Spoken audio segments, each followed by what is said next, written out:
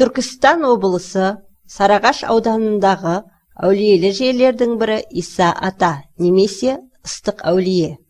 Сарыағаш суының көзін ашқан Иса ата деседі. Содан оның есімі әулие атанып кеткен. Әулиенің зиратына кесене тұрғызылған.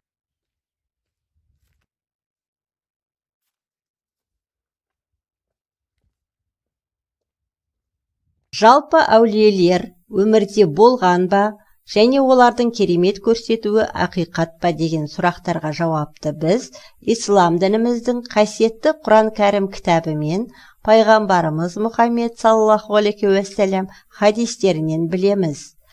Әулие араб тіліндегі уәли сөзінің көпше түрі, қазақ тілінде дос, яғни Аллаға жақын адам және иелік етуші деген сынды мағыналарды береді. Терминологияда Аллаға іс-әрекетімен жаққан, Алла жолында жүрген Алланың сүйікті құлы. Алла тағала ондай адамдарға таңғажайып істерді көрсетуге, көңілдеріне болашақ істер жайлы илхам берген, яғни ілім салған, тақуа жандарды, әулиелік кереметі бар жандар делінеді. Ақлу сүнна уәл жамаға көзқарасы бойынша әулиелердің кереметі ақиқат.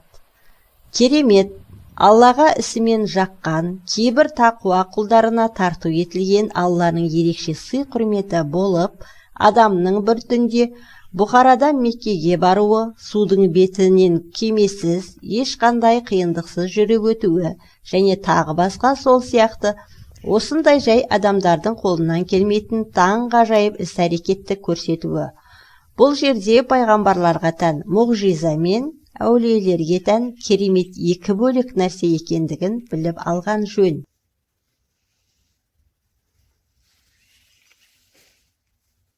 Сондай жандардың бірі Аллаға іс-әрекетімен жаққан, Алла жолында жүрген Алланың сүйікті құлы, таңғажайып істерді көрсетуге, көңіліне болашақ істер жайлы жаратушыдан илхам алған, әулиелік кереметін көрсеткен ыстық әулие.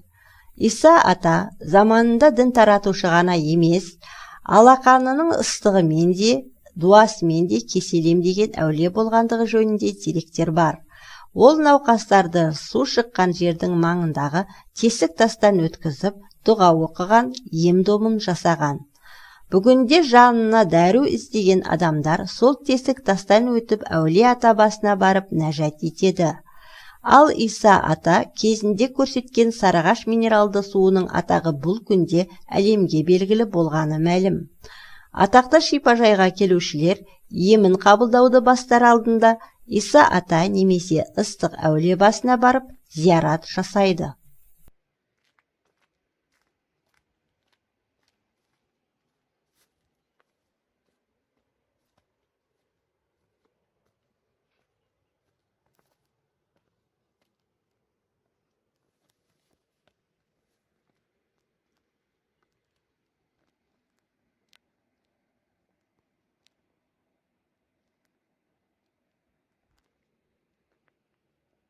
Ежелгі шежіренің таратуы бойынша Иса ата ислам дінін уағыздаушы ретінде Самарқаннан Сарыағаш өңіріне келген көрінеді.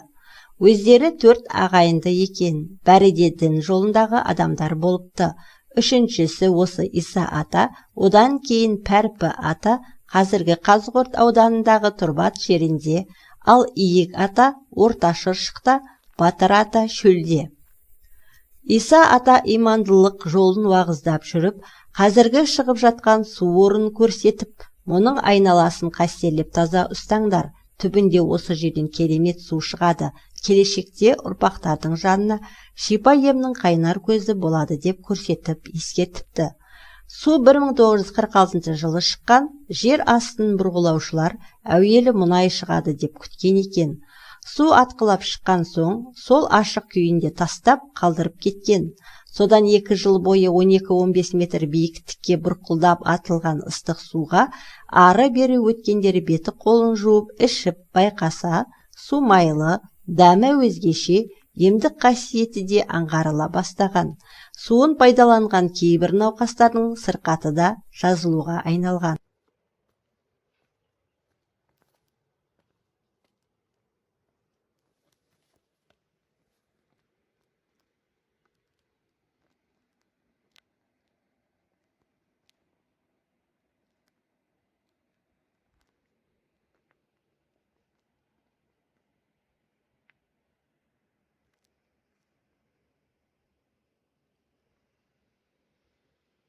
Қорыта айтар болсақ, имам Құшаридің әулиелерге тән кереметтің ең ұлысы Аллаға үнемі бойсыну, күнәлі және дінге жат қылықтардан сақ болу деп айтқанындай, адамдардың әулиелік дәрежесі Алланың құзырындағы мәртебесіне қарай өлшенеді.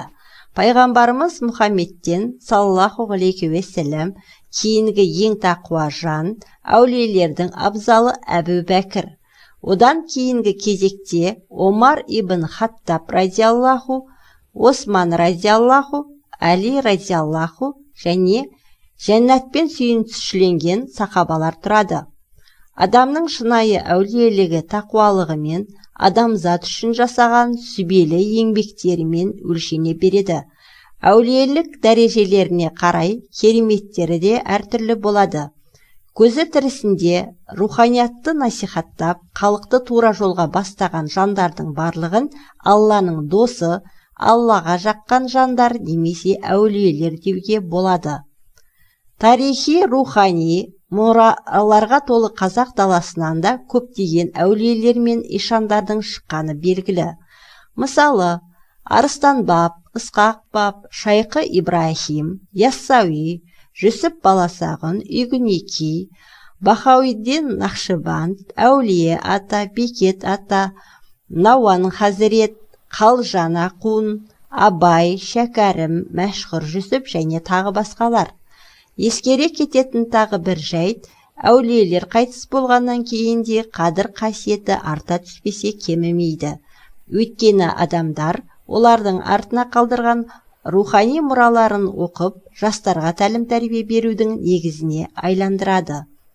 Адамдар оларға деген құрметін әрдайым олардың аттарын жақсы істерімен еске алып, дұға тілектерінде аттарын қосумен көрсетіп жатады.